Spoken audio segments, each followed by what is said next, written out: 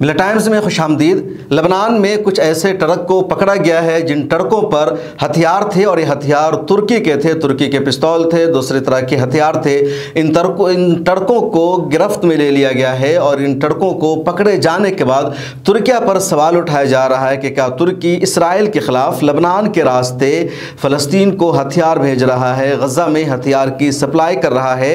ये ट्रक लबनान में तराबलस बंदरगाह के ज़रिए दाखिल हुए थे और जब ये ट्रक लबनान की सरहदों में दाखिल हो रहे थे और उस वक्त जब चेक किया गया तो ये बताया गया था कि इन ट्रकों में सूरजमुखी है और इसी वजह से उन ट्रकों को छोड़ दिया गया।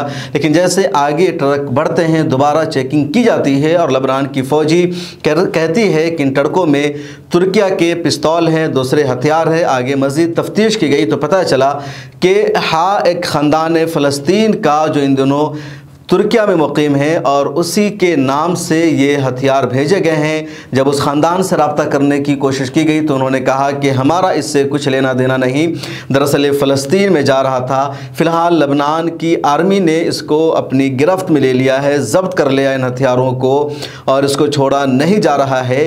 दूसरे ज़राए से ख़बर ये सामने आ रही है कि तुर्किया से समंदर के रास्ते और फिर तराबलस बंदरगाह के ज़रिए तुर्किया से बड़ी मदद में हथियार भेजे गए थे, पिस्तौल भेजे गए थे गज़ा पट्टी की मदद के लिए, उसके अलावा दूसरे इलाकों की मदद के लिए।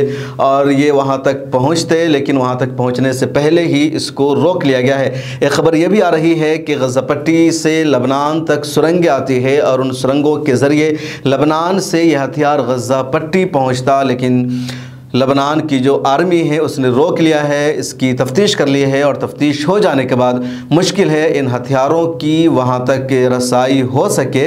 इस वीडियो में इतना ही, मज़ीद डिटेल्स हम आपसे शेयर करेंगे। इस चैनल को सब्सक्राइब कर लीजिए, फेसबुक पर देख रहे हैं तो पेज को फॉलो कीजिए।